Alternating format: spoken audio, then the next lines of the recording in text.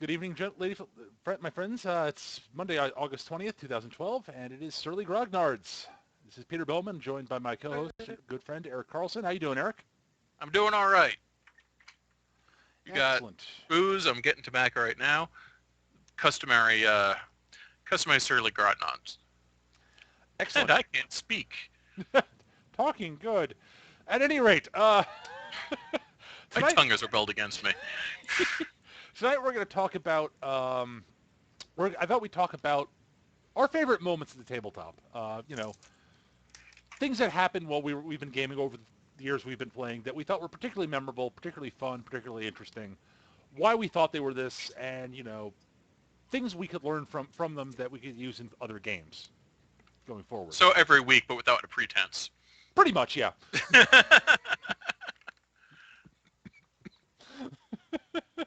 So it's going to be a fairly sort of loosely structured show for tonight. And after we sort of talk about that for a while, we'll end the show as usual with a period for questions and answers. You can if you've got questions you want answered, you can email us during the show at our email address, surlygrognards@yahoo.com, or you can post them here in the chat at Twitch TV. We do have one question in email this week, which we'll definitely get to. And if you've got questions for a future episode, you know where to send it. Same place. So, Eric, why don't we start off with you? What sort of off the top of your head, what was a particularly memorable sort of fun moment that you had at the table that sort of pops into your head off the top of your head? I'm going to start with one that makes me seem cool and badass, but really it doesn't. I was playing in a vampire game years and years, many years, thousands of years ago. Mm-hmm. I was playing a Brujah, and part of his part of the character concept is he was a bit stubborn. So I gave him the Iron Will trait, which basically makes him immune to or huge bonuses to resist any kind of mental manipulation. Right. So this was something that our GM at the time freaking loved, was mental manipulation. Like mind control, empathy, mucking about, all that stuff. Right. And had a big conspiracy built around it. So, and had been successfully messing with the other characters, never directly messed with me with it, for the entire game. So we're coming up towards a big reveal when I come up against the big bad. We all come up against the big bad, who turns out to be a mage. And she does her crazy mind control thing. At which point I go, hey, I know what that is, and proceed to punch her to death. So, and honestly, it was all for the look on her face, the GM. As she goes, when did you buy that? You told me I should buy that trait. Character creation, do you remember? Oh, yeah.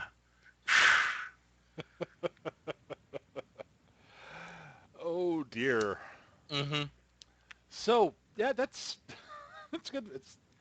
The look on people's faces when things like that happen are often priceless. Mm-hmm. Yeah, that's... Wow. On the plus side, I ran a couple other games with her, and she was a lot more varied in her tactics in dealing with the party. So it was a good lesson for her. Oh, excellent. So she learned, not to be quite so one note, and Mm-hmm. you got to have a particularly badass moment. Mm-hmm. Where it's like, aha, I will mind control you, and Stop that! Oh dear. Don't punch me. No, Did ow! I mention I have 4 points of potence? He punched out all my blood. So yeah, that's a classic sort of, Yeah. It really is sort of one of those classic. We sort of touched on this last week, actually, a bit. One of our questions about buying something that makes you resistant to something the GM wants to use, and basically they avoid using it because of that. I should have mentioned that story. I should have completely forgot about it till now. And it's a good example of the GM not really changing what they were doing, despite the fact that your character was mostly immune to it. And part of it's because they forgot. It sounds like. It sounds like she forgot, and she never had the opportunity to directly mind control me. Right. So that said, though, it still makes for sort of an interesting sort of. It makes for a good, I guess, for a good game experience because the big bad does her thing and doesn't change it because she has no reason to not to change doing it. Right. And then, oh, crap. It's a little anticlimactic, I guess, but in some ways, if it was like if that happened in a book, it'd be anticlimactic. Yes. But in a game, it's not, which is again, it's one of those classic bits Kind that of weird. yeah. Well, it's one of the, it's an example of the fact that games and the stories that they're often based on are different. Hmm. Just because something would be anticlimactic in a book doesn't make it anticlimactic in a game, and vice versa. Just because something is a cool, awesome moment in a book wouldn't make it work in a game because they're Right. because it's it's a game still. The players got to It's a game, and it might be an awesome heroic death in a story, but in a game, it's still pretty cheap. yep. Oh, it's not just Although I for one, am hugely in favor of the awesome doomed heroism moment. oh So sure, but it's not even just that. It's like they're just yeah. Zero Awakening's got another one. Convincing a bad guy to kill themselves is way more cool in the game. In a book, it kind of sucks. yeah, yeah.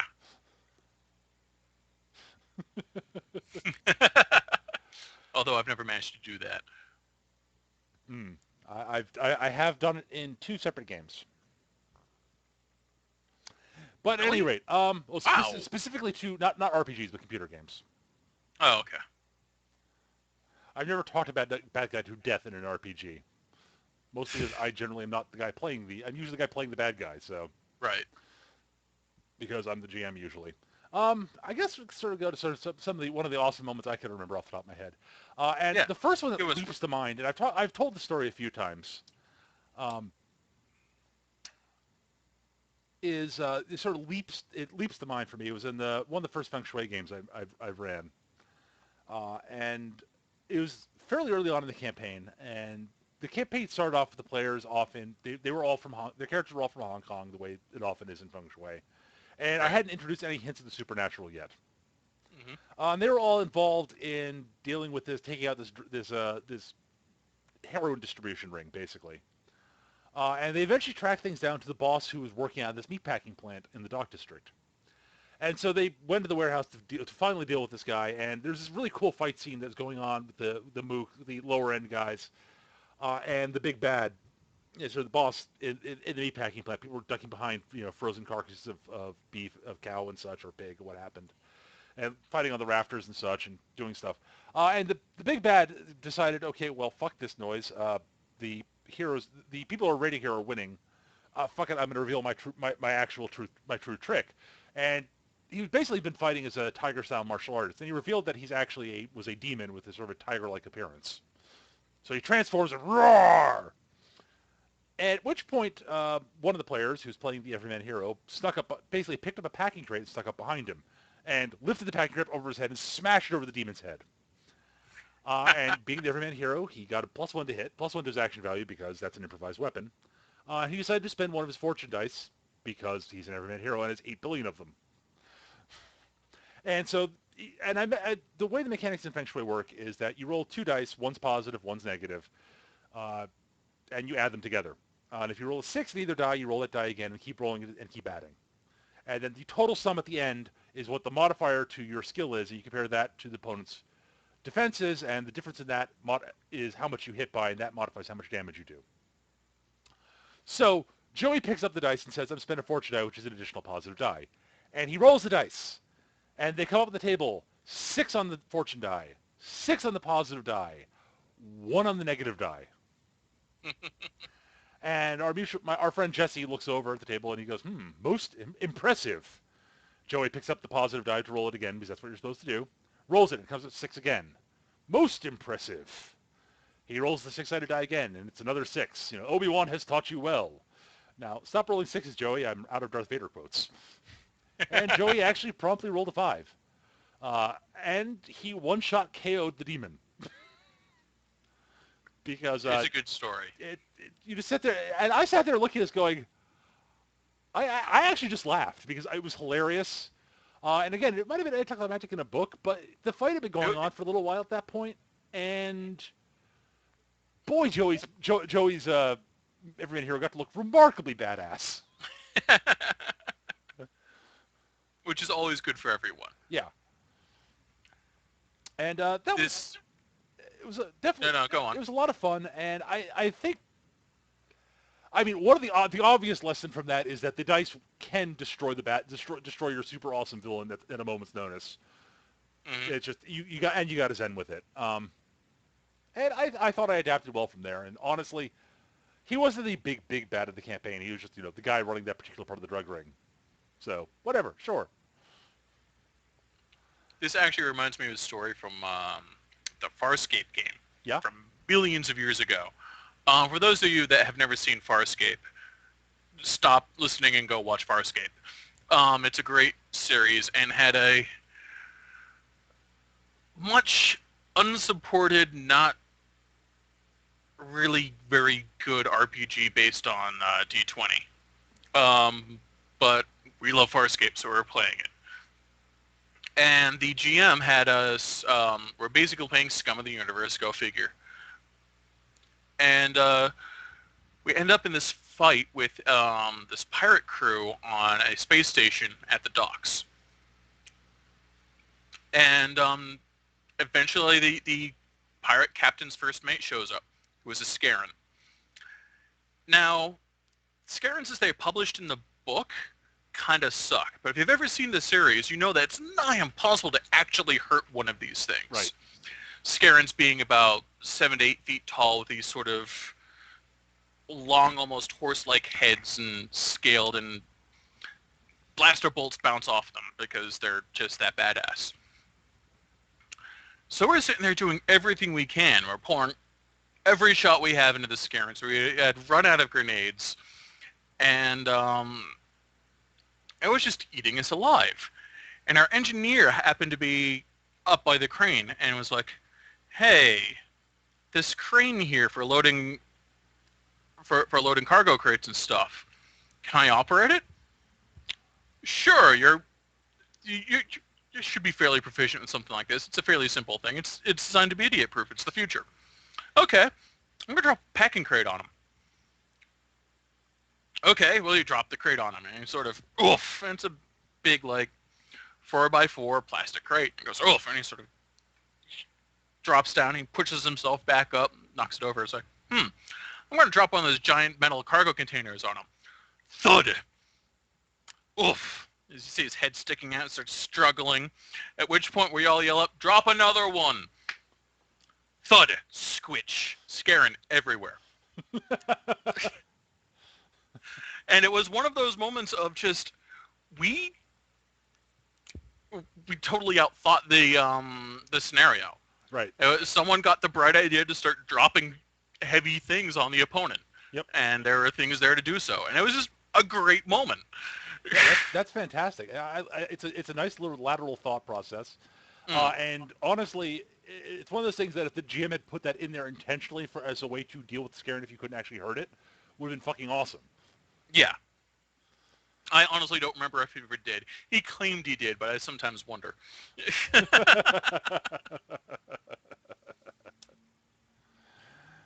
Yeah, that's I like that. It's again, it's another one of those examples of you can create scenarios that would normally not be easily beatable. I honestly, it's one of those things that would if you're designing a scenario like that would work better in a video game than in a tabletop game for the most part, because the players don't actually think of the solution that you're thinking of. It's gonna I've cause encountered way too many games where the game master has this great, awesome, unbeatable scenario, but there's a secret solution, and the players never figure it out because it's only obvious to him. Yep. Which is why, as I said, when someone asked us about puzzles in RPGs a while back, I said, basically, have multiple solutions in mind for starters, Absolutely. and so Peter Shaw, who was in the chat at the time, suggested that it said that he's right on this, and one of the things I generally do is that I often do is that basically first acceptable sounding solution is it will work. Um,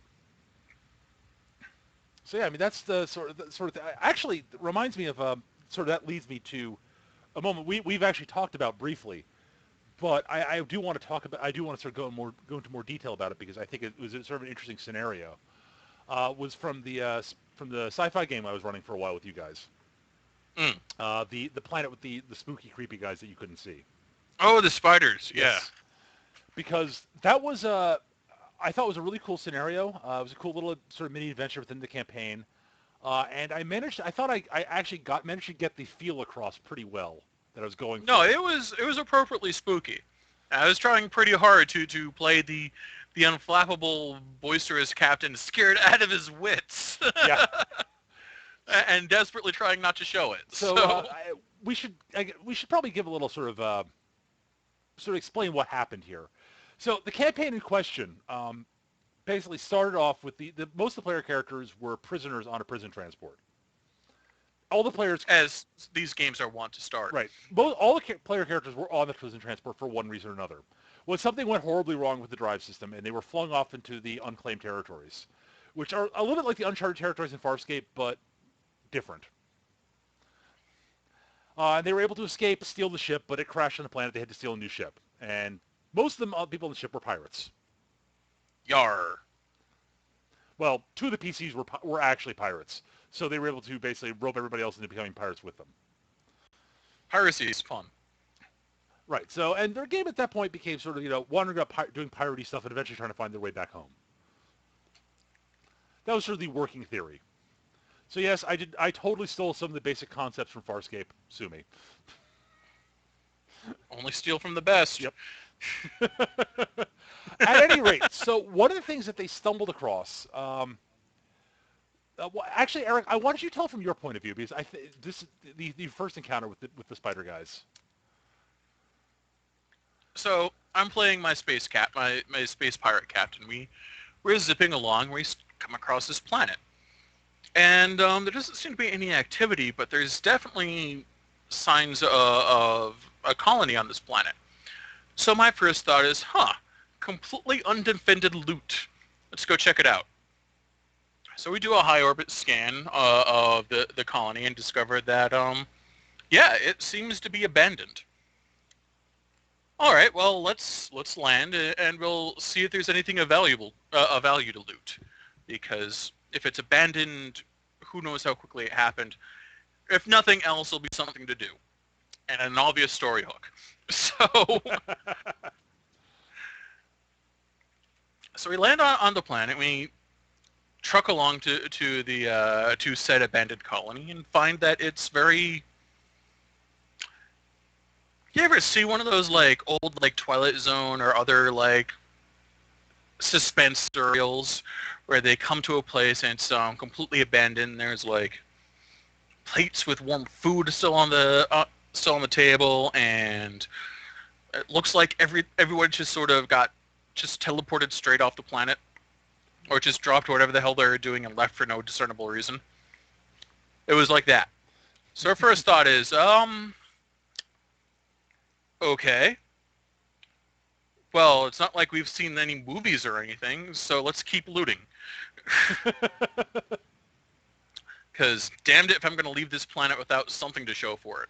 Yep, and I do believe some of you decided to look in to see what the fuck happened because. Yeah, someone decided that the less materialistic of our crew, decided to see what the hell is actually going on, while my pirate captain and another PC who was playing basically my first mate went, first stop, the bank. But as we split up to do our looting / research, we start noticing these like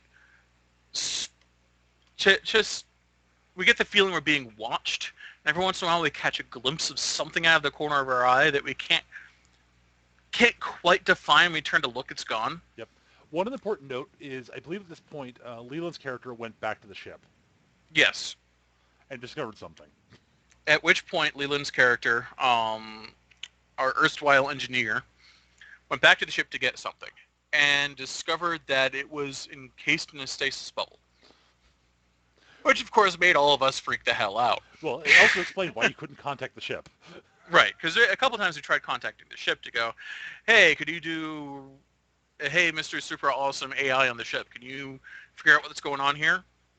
Hey, hey, Mr. Super Awesome AI, are you there? Is this thing on? So there's a stasis bubble around the ship, and we all go back to see what the hell's going on because stasis bubbles are not a common technology in this universe. Uh, Basically, it was none of you knew what it was exactly, and eventually you were able to theorize that that's what it had to be. Yeah. Fortunately, you had two people who were Um. actually smart in the group. Yes, because we had actual smart people in the group. I was not playing one of them. But yeah, so the party started seeing, they had that feeling of we're being watched, and like every now and then, something would be like right in the corner of their eye, and they'd look and nothing's there, and that kept happening. So one of our scientists decides, our scientist, who is completely batshit insane. She was playing the character completely batshit insane. It was part of the concept. The character, Decides she's going to hold up in the medical center and booby trap the hell out of it. Meanwhile, me and the first officer was like, okay, we're being watched by something in stealth suits. That's the only possible explanation. We need to get them to attack us. What's the best way to do that? Make them think we're really distracted. We should get in a fight so they can shoot us. This is my idea. yep. So we're having this big swashbuckling fight across the yard. The whole time, obviously being watched, having that sort of that creepy something's hovering just over your shoulder the whole bloody time. And eventually we decide, you know what? Let's go inside. I think we should go inside because this is creepy. So we go to the medical center because we know the doctor headed over there. At which point the doctor says, don't come through the door! Why can't we come through the door? Because it's booby-trapped. So how are we supposed to get in? Come in through the window!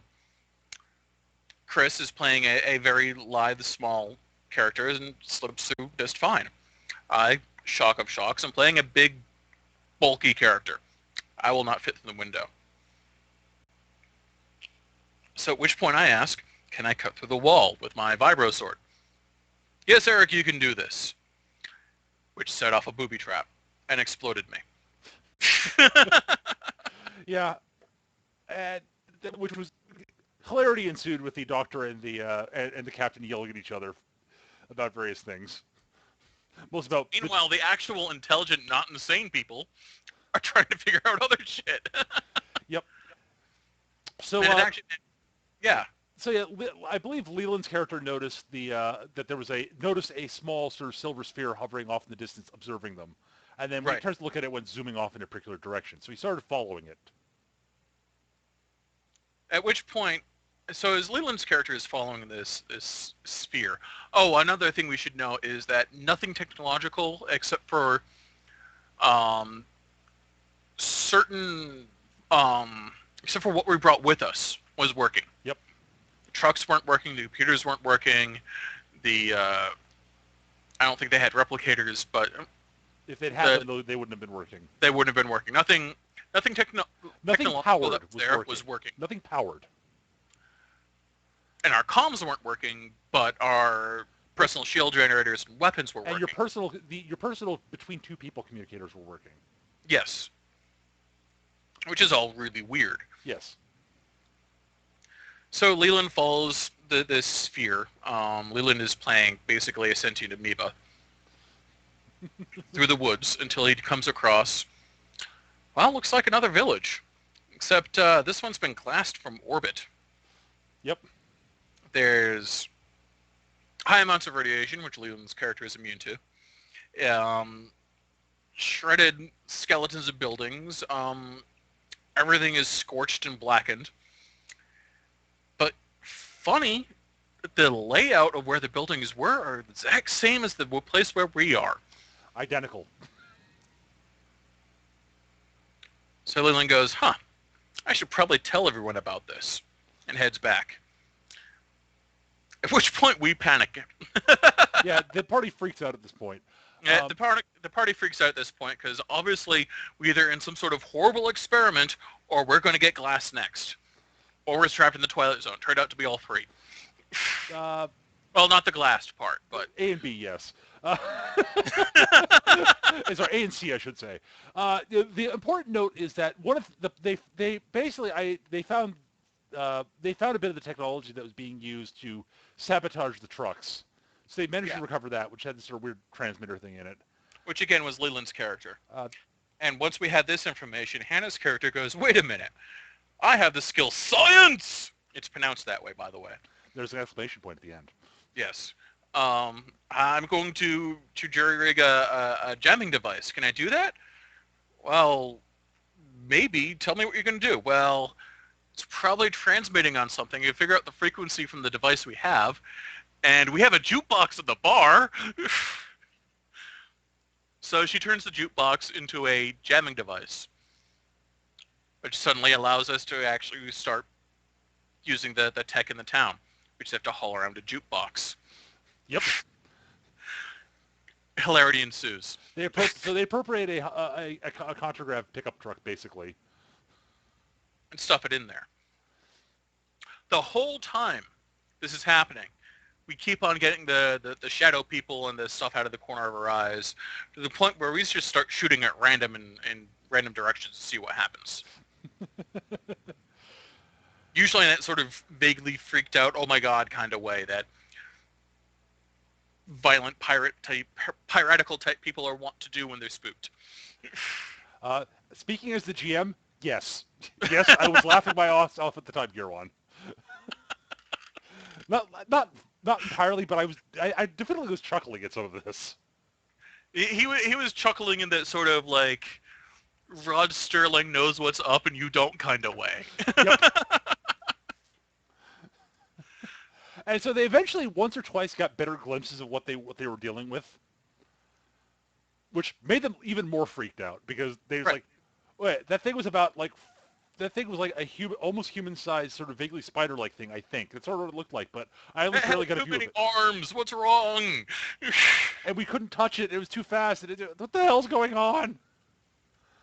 So eventually, they are able to, with their jamming device, get back to the ship, and it looks like it actually works. And turns out the stasis field. So they get back on the ship, take off the planet, and as they're leaving orbit, they're able to see the other, what was it, 4 villages? Other 4 villages, because it's arranged in an almost a pentagram type thing with Yeah, the basically 5 villages blast. around a central one,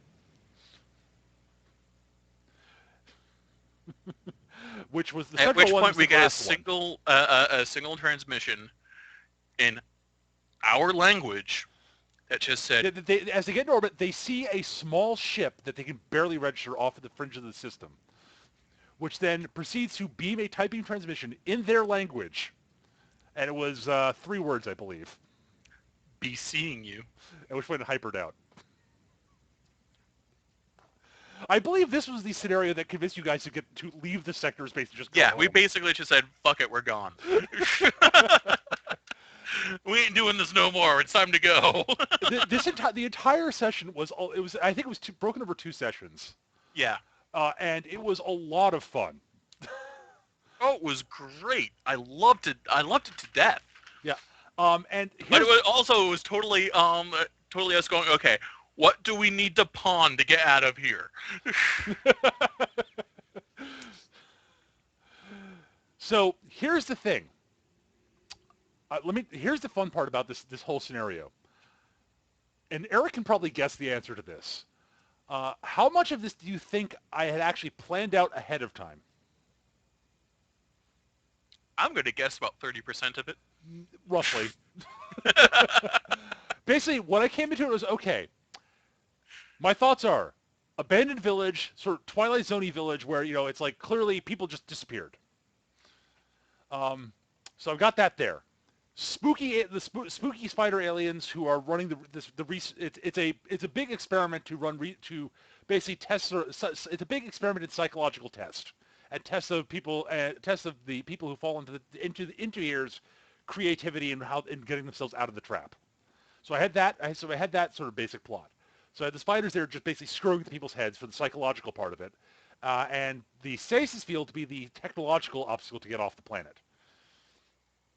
Um, And from there, basically, I had like a couple of things like the power jamming device, the jukebox, the various rough details like in the diaries from the previous colonists on the planet, and so on. You're right. That's basically all I had planned out.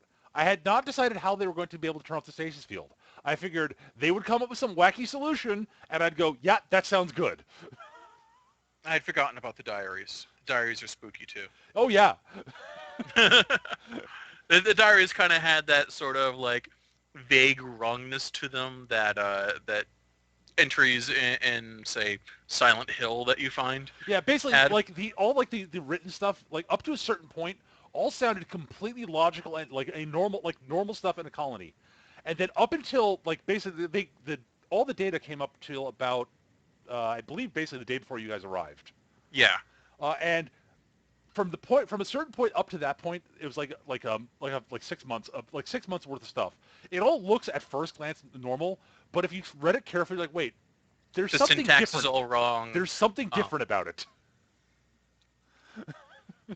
I sort went, of like stuff like found out my wife is cheating on me, so I killed and devoured the the rival male type of deal. did Not quite that overt, nothing but that like overt, but yeah, the reaction was wrong. right. Very subtly wrong, but wrong. Yeah. And basically, my plan for it was basically I took basically okay, what do I want to do? I want to combine the prisoner and the Twilight Zone in space.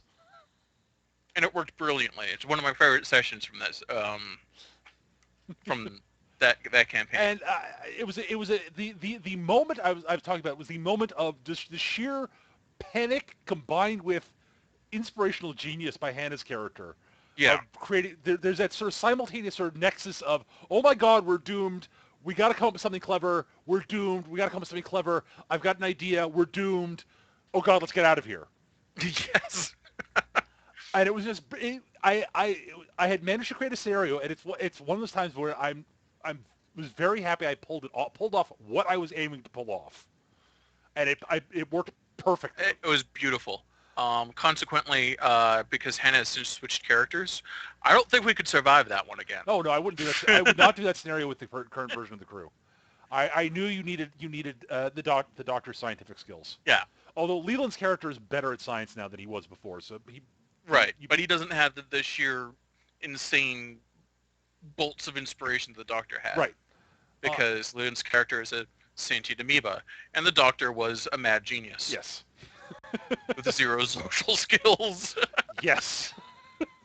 But so the sort of the learning thing from that, the thing I basically learned from this whole scenario, and it's not really something I learned, but something that sort of I think can be something learned from, is we talked about it before. It's sort of taking inspiration for various things and combining it, on top of being willing to accept possible solutions to puzzles.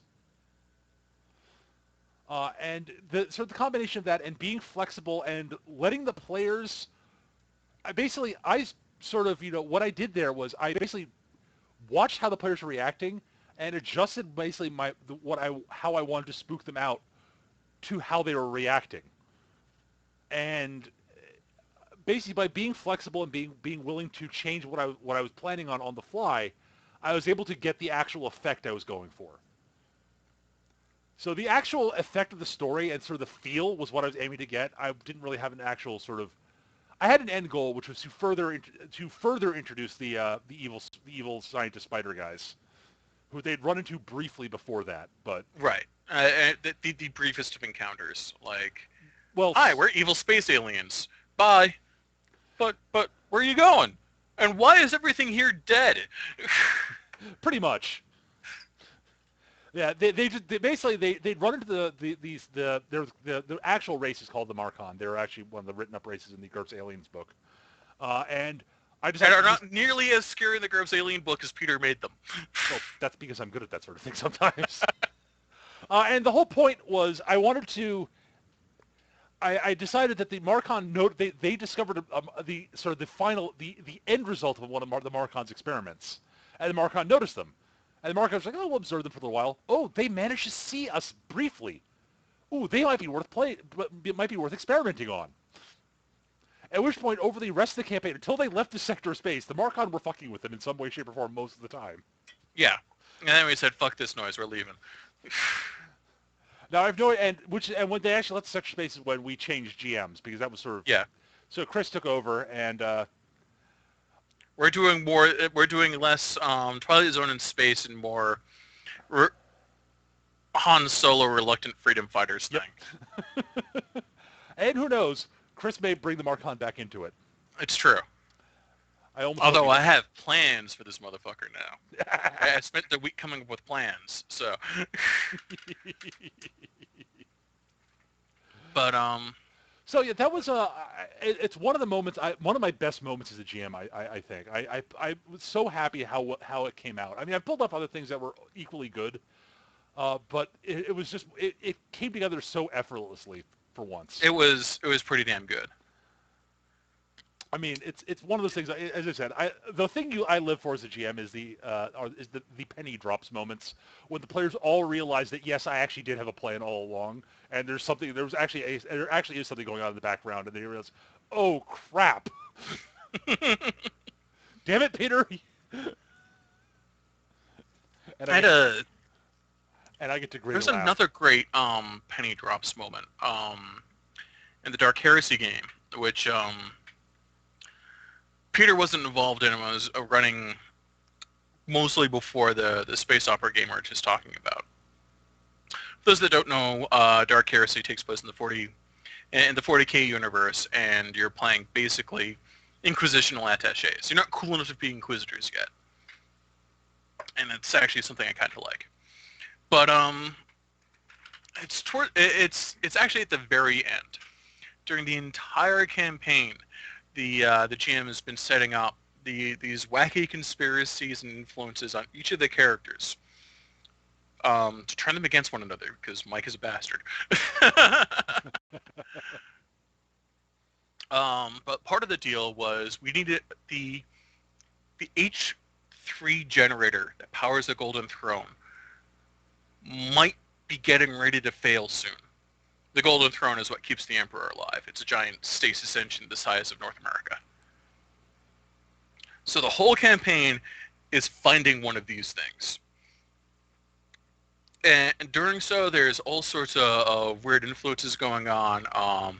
It's heavily implied that another player, Roach's Psyker, might be a direct descendant of the Emperor.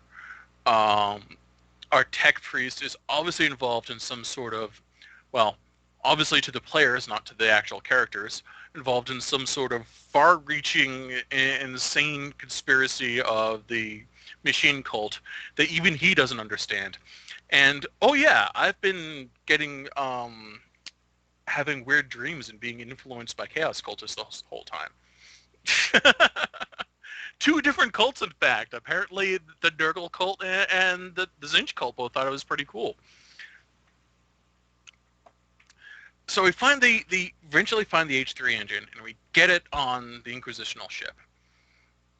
The Inquisitor we're working for at the time has determined that all of these, the H3 engine is powering basically a big Matrix-style tube full of humans in stasis.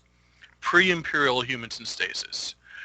Guys from before the Imperium of Mankind, before we really, mankind really knew what chaos was. And and we can't remove the stasis engine from the pods because we're technological backward savages in the 41st millennium. So our patron Inquisitor, who happened to be along for the ride, goes, you know what? It should be a shame if something were to happen to all those pre-Inquisitional humans there. They're sitting there in stasis, who are, have no concept of the Emperor's guiding light, and carry dangerous ideas like democracy and equality with them. 41st Millennium sucks, by the way. Yep. And my character I was basically playing Space Judge Dredd, and I agreed with him entirely. I also knew that none of the other characters did.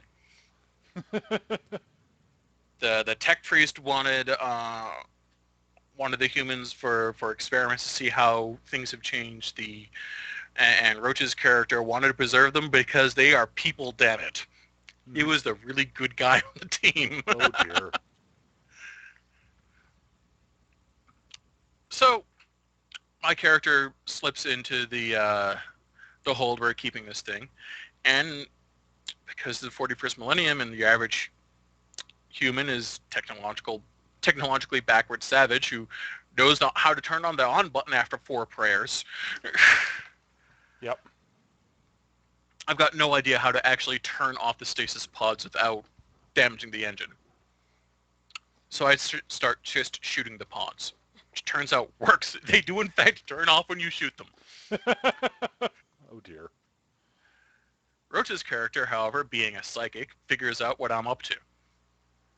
Doesn't tell Matt's character because no one trusts Matt's tech priest because he's a crazy tech priest, and at this point we figured out he's got something going on. So there he goes and finds me shooting the stasis pods. It's a big dark hold on a gigantic cavernous spaceship, and I'm making lots of echoey noise. It's very easy for him to sneak up on me. Right. And then he melts my brain. Melt, melt, melt, melt, melt. And GM says, "Okay, you're falling. You've got 2 choices. You can shoot the engine, and turn it off, and damage the engine and kill all those people. You can flip the coin that is suddenly in your hand that has a burning eyeball and a bird on either side, or you can do nothing. I came here to kill these people because they're a threat to the stability of the Imperium. That's what I'm going to do." At which point everyone slaps their foreheads and Mike says, "Guess what, Eric? You're now possessed by a Nurgle demon." Oh dear. And hilarity ensued. But yeah, the choices were basically like give myself over to Zinch and flip the coin because it's just a random chance. See what happens. Give myself over to Nurgle and so death and rot everywhere because now the Golden Throne's going to turn off. Now all these people will be dead. Or do nothing and let the Emperor let the Emperor's will be done. This all got explained to me afterwards. Well, yeah, and that's how. But But I thought it was a great little character moment, oh yeah, it and I thought was. it was really well done. Obviously, it was better done than I'm describing. And Mike even let me play the demon host as I Nice. tried to kill my as I tried to kill my party members. At this point, because I've been making all sorts of racket, Matt's tech priest shows up with a contingent of combat servitors, and the Inquisitional stormtroopers show up to see what the hell the noise is. So hilarity ensued.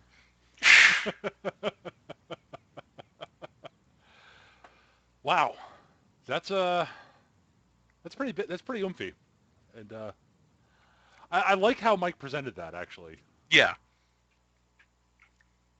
The coin, by the way, didn't just show up in my hand randomly at that moment. It had been something that kept on popping up in my hand, despite my throwing it away throughout the campaign. Even better. Okay. Yeah.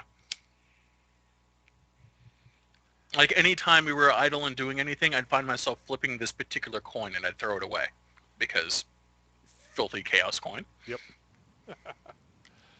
All right. I think that's a good story to end our sort of talking about some of our favorite moments we've had over the years. I mean, obviously there are plenty more that we could talk about, Oh, don't worry, we'll have more for next week too. and the week after, and the week after. Yeah, We probably could do several shows just on this quote topic. easily. But I think we should take a few questions before we end up over answer a few questions as we go. You know, as we are wont to do. And we'll start off with the email question. If, by the way, if you do have if people in the chat, if you do have a question you want answered right now, feel free to sort of pop into the chat there, and we'll get to it after we finish up with this question here. So we'll start off with the question from, and this is from, let me double check this, it's from JD. He asked a question a couple weeks ago, actually. Hello again, Peter and Eric. My party has Hello. found a liking, in quotes, for splitting up and getting one and get one part of the group into a fight while the others are days of travel away. Now, depending on the system, fights can last some time. In my case, it's 4th edition D&D. So one part of the group's benched for some time and may get bored. How do you, or would you handle this situation? This is an old problem, and I actually see it more in games like Shadowrun and Cyberpunk, where you have someone who used to go and project themselves in the computer mainframe to do hacking. Yep. Um, Honestly, when that shit happens, and there's always whenever we're playing Shadowrun or Cyberpunk, and we're actually pressed for time. It's not just like let's just hang out for a weekend and play this game. Someone gets designated the designated other shit happening GM. Right. So when, say, the party splits off to go and do something, or a great example that I saw done years and years ago was our Decker was trying to hack a security system while we're fending off security. Two GMs, they just talked about when they basically just coordinated when the when turns are happening. So the our Decker was hacking in real time, completely in another room while we were fighting off security. Neither side knew what the hell was going on, but the GMs are talking over walkie-talkies. Interesting.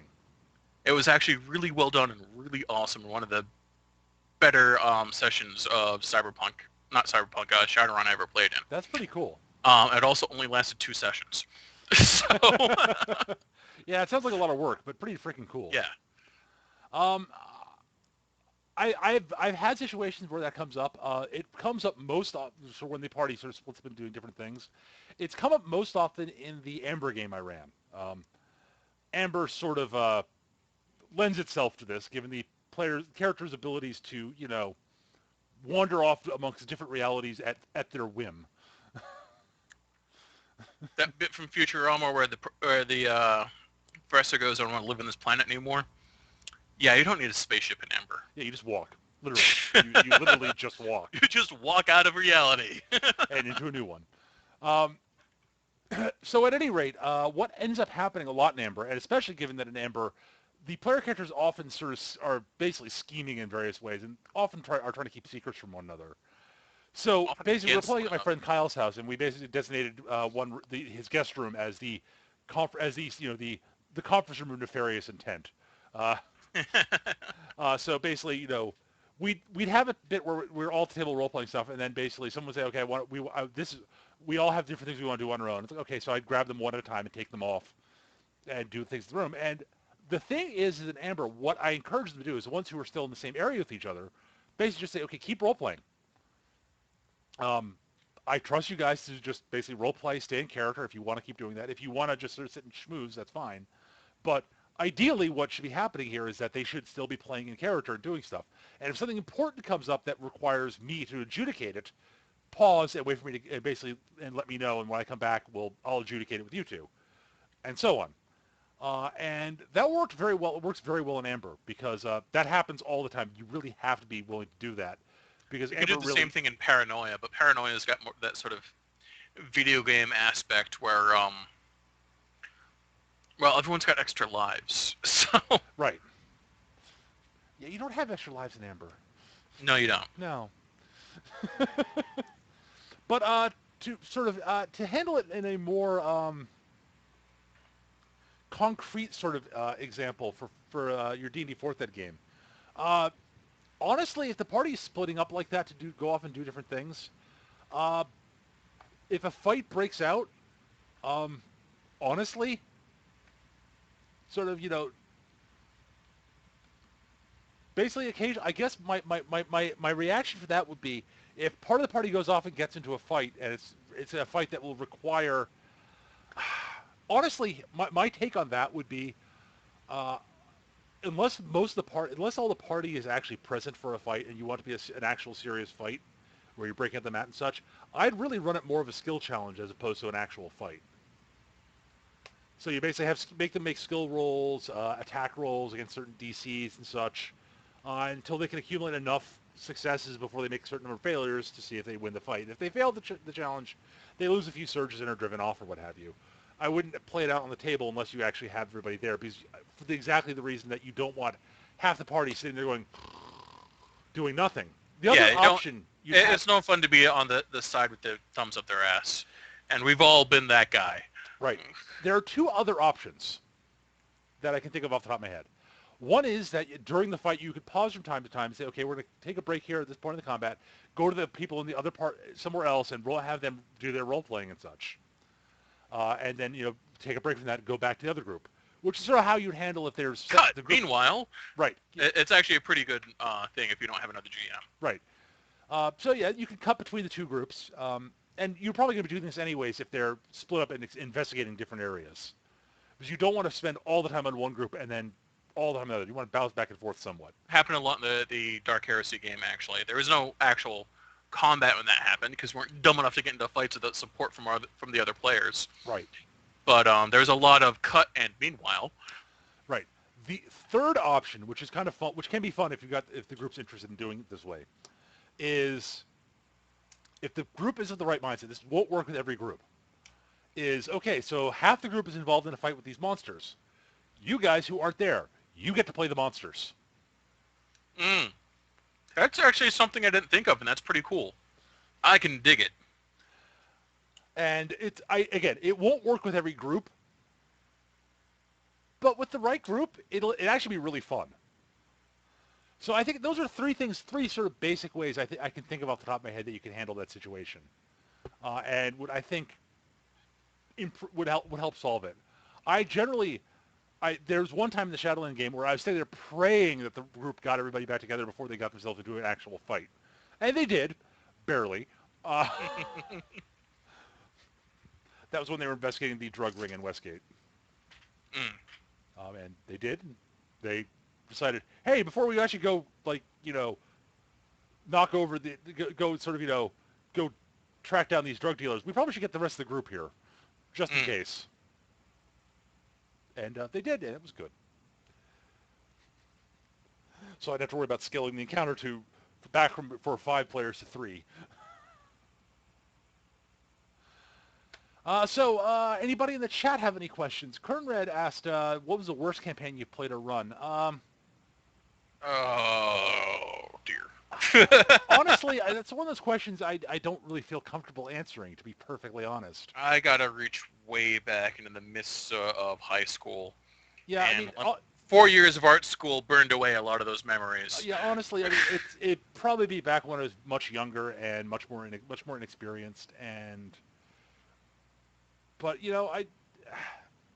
in general, most games I've played in, I guess the worst adventure I can sum up the worst adventure I played in, which was at a convention, which was I was playing it was a D&D game. It was Oriental Adventures. It was a very Japanese themed, very, very, very Japanese themed version of it.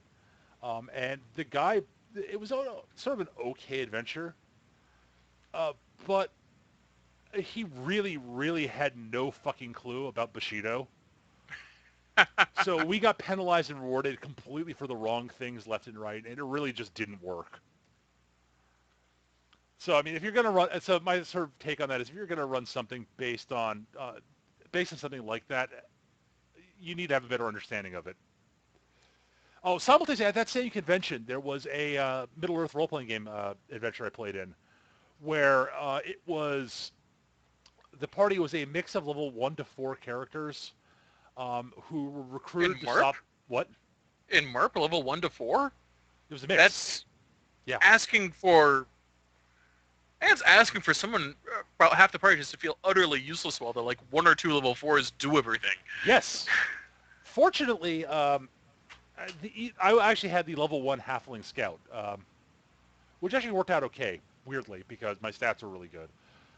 But so at any rate, it turned out we were hired to go stop Sauron from being resurrected. What? This should be alarm bells ringing here. What? Yeah. And yeah, we're going to And hire. then Captain Harlock showed up. Well, I mean, but never mind. Okay, Sauron being resurrected in Merp. That's not a good thing. But let's ignore that. Let's assume that's an okay thing. That's not a stupid idea. Why are you sending these schmuckos to go save the world? Yeah. You go get the biggest, baddest heroes that are out there to stop this sort of thing from happening, not a bunch of schmoes. Isn't that kind of what happened every other time? I mean, friggin' Fellowship of the Ring. You had, like, the hobbits who were useless, but kind of badass at what they did. And then you had the greatest collection of heroes ever show up at Rivendell and go, wow, this is really bad, huh? I guess we're on board. So at any rate, the adventure goes on, and we eventually get to the very end. And we find this crystal we need to smash in the orb to stop it from resurrecting Sauron, and blah, blah, blah, blah, blah, blah, blah. And we walk into the final room where where the orb is we have to deal with. And we walk in, and here's we got our group, and we're sort of beat up at this point, but not too badly. And we look across the room, and the room is filled with, and I'm not exaggerating, there were, I forget exactly how many of the Uruk-hai there were, but there were several. That's bad news in Merp. And 3 Olog-hai. What? The Uber trolls, the ones that are resistant to sunlight? Yeah, them. What? 3. Why don't you just throw in a Balrog while you're at it? For level 1 to 4, this is instant death. You ready for what happened? The party basically died, but we died, basically. But my halfling managed to shoot, basically, I said, okay, we're fucked. Here's my plan. I basically said, okay, give me that potion we found that will improve archery accuracy. Give me the crystal vial with the stuff in it. I take out my bow because I was an archer. Take out an arrow. Tie the crystal to the front of the arrow, and I go sprinting off to the side, and basically take my aim and fire the arrow with the crystal vial at the orb. And I hit because I've got all these boosts and hit and break it and stop the thing from happening. At which point the Olog-hai mop the floors and kill us. Oh, you saved the world and no one will ever know. There will never even be a song about it. I mean, that's kind of awesome from the whole doomed nameless hero kind of thing that I'm a sucker for. But when it comes to Middle Earth, it's so not Middle Earth. That sucks. Again, yeah. Not really understanding the source material. Yeah. The worst part was that my character, I actually almost made it out. The level 1 Hobbit almost made it out. Basically, I was dodging Olog-hai left and right, going, oh God. And I was okay, I'm going to sprint from the door. There's an Olog-hai standing in the way. Okay, I say, okay, here's what I want to do. I'm going to try to slide between his legs and slide between them and then just book it past him. At which point the GM assigned a gigantic penalty to my attempt to basically tumble through his legs. I failed, and he stabbed me through the chest with a spear and killed me.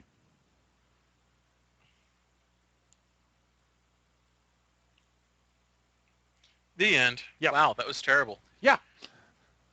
Not the best convention game I played in. I've never actually played an RPG at a convention. Honestly, conventions are usually just places to get drunk and party to me and look at the awesome cosplay. Uh-huh. Never actually played an RPG at a convention. My worst one, oh geez.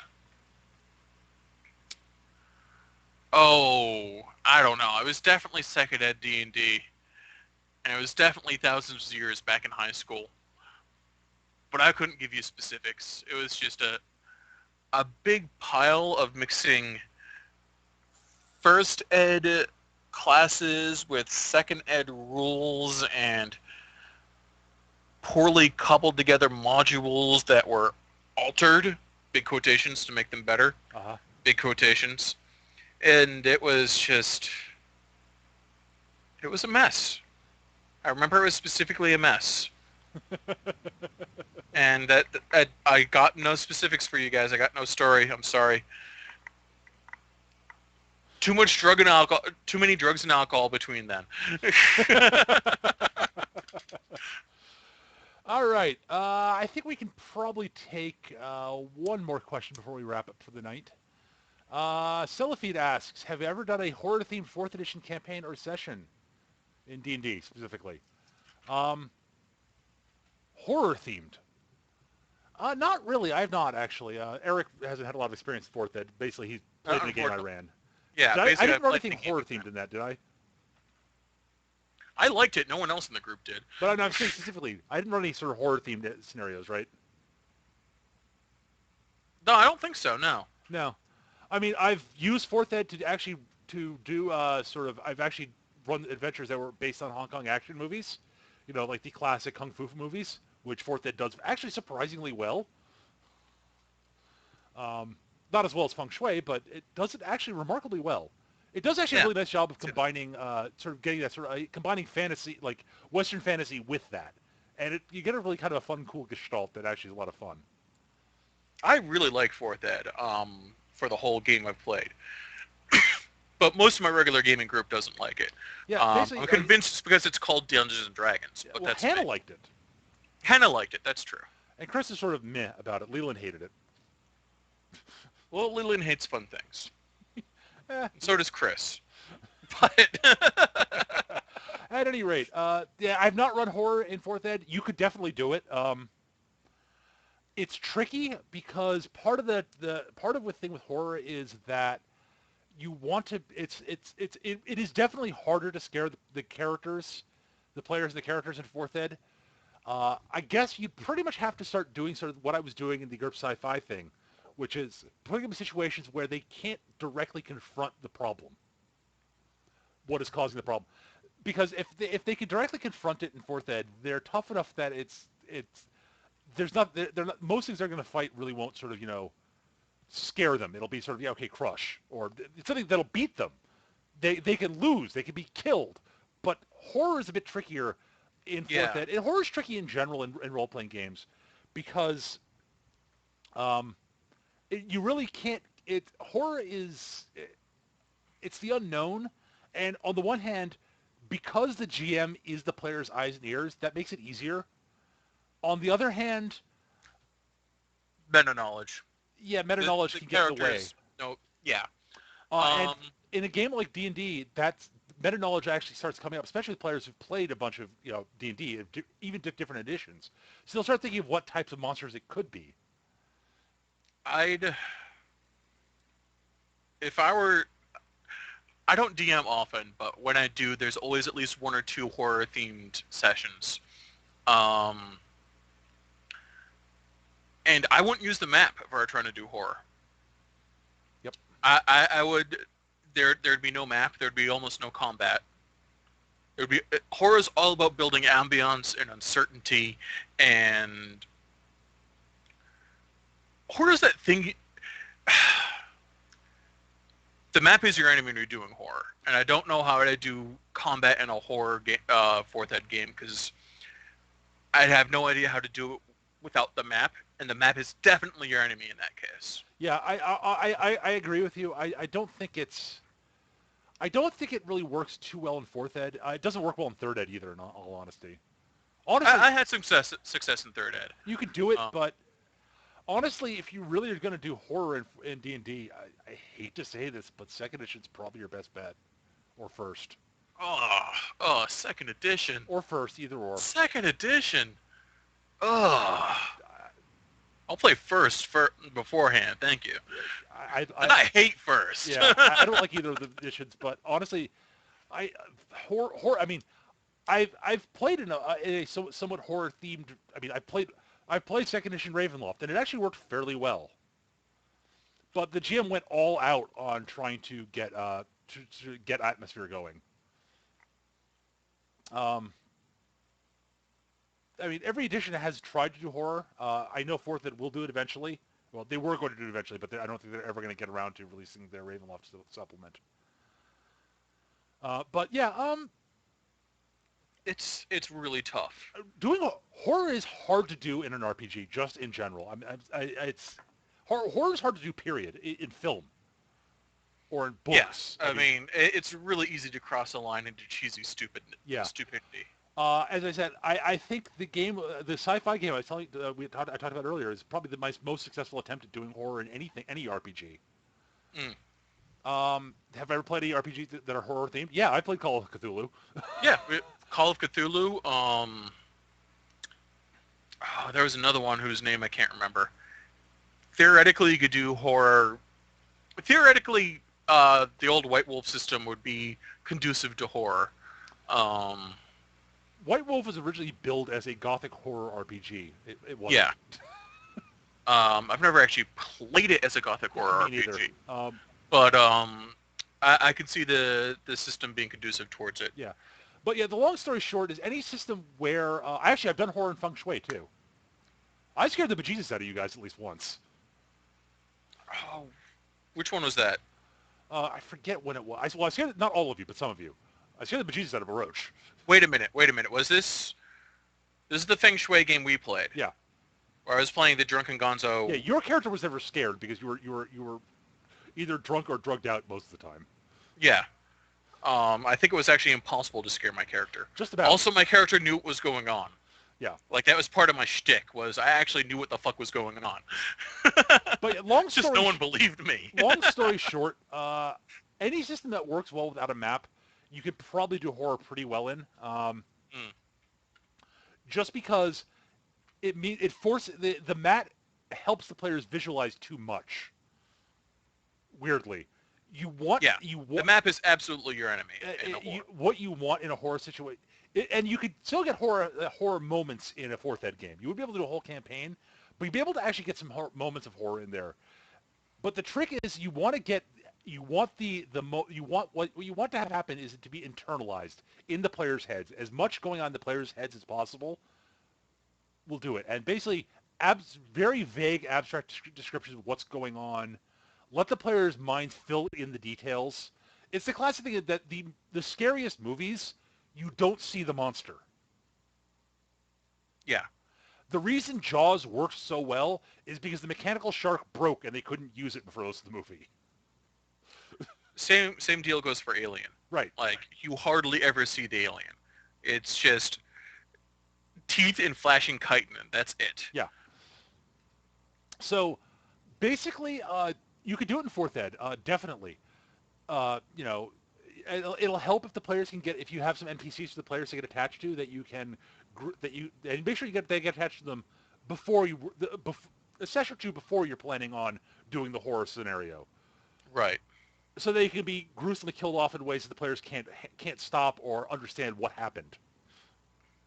Never start out with horror. Have it evolve into horror. Exactly. And you know, basically, you just play with the players' minds. Remember, you're their eyes and ears. So, if you want something for them to hallucinate, they're going to hallucinate because you'll just describe things wrong. But be sure to give me Um, little hints here and there that something's up. yeah. Fourth ed, like I said, fourth ed's really hard to do because fourth ed needs the map so much. But again, the horror sort of predates the combat, and the combat's basically what will happen. Basically, either you'll find a way to resolve things outside of combat, and as I said, skill challenges are a way you can handle that or what have you. Or If combat is going to happen, it's a big action set piece at the end of the horror movie. exactly. So those are sort of things you can sort of look at. And, you can sort of get sort of effects of sort of, Call of Cthulhu-ish, cultists summoning giant evil monsters bigger than their heads. That works well in 4th Ed. And you can definitely get some really creepy stuff out of that if you want to. I've creeped players out in 4th Ed games. Implications that the bad guys are going to be sacrificing very innocent individuals for nefarious purposes will often creep the hell out of the players. I mean, the Hong Kong themed adventure I ran had a bunch of cultists who were trying to summon something big and powerful, and they took over an orphanage. And I'll let you guys add one and one together and figure out what the sacrifices were. And so the players were able to deal with a whole bunch of scared kids, and in a dark night, spooky noises going on, and then dealing with the big powerful bad guys at the top. Eventually, at the end, it wasn't a horror thing, but it was spooky. It was creepy. Better systems for horror. Call of Cthulhu, obviously. Um, Dark Heresy. but not the other Fantasy Flight 40K games. Yeah. Dark Heresy works really well for it, but don't use Death Watch, don't use Rogue Trader. And in Black Crusade, you are the thing that's causing the horror. Right. um, Honestly, I think personally, I think the best system out there that I've played for running horror in is almost definitively GURPS. Just using lower powered characters, so like 25 to 50 point characters, because the players can actually build, and it handles modern settings well. You don't need the mat for basic combat, and you can define the gridly bad things as you want. yeah. And I think it's giving the players the ability to design their characters and pick their flaws that you can that the bad things can exploit really allows you to sort of tailor the creepy bad things to the players, which makes it scarier. I've had some decent scary things happen in Shadowrun. Hmm. Also, I was in a campaign where it required it was a third edition campaign, and it required the use of their splat book with like um, edges and flaws in it because it wasn't included in the main book. Right. But my character was actually afraid of bugs because for those who don't know the Shadowrun world, Chicago was taken over by horrible insect spirits that possess people's bodies and warp the bodies into horrible monsters. My character grew up there. Ah. So Chris, the GM at the time, decided that the neighborhood where our group was hanging out was starting to become a nest for fly spirits, one of the spookier insect spirits and more disgusting ones. And he'd been dropping hints for like a month as to what was going on before he eventually figured it out. And it was pretty well done bit of horror that was completely ruined in the big confrontation at the end when I punched the queen's fly spirit out. Oops. Yeah. It was entirely like she had me cornered. I was like, and I was like, Chris, my character's completely panicked. He's like, well, there are a couple ways out of this, but I'm completely panicked. I think I'm gonna punch her. You're gonna punch the giant spooky fly monster.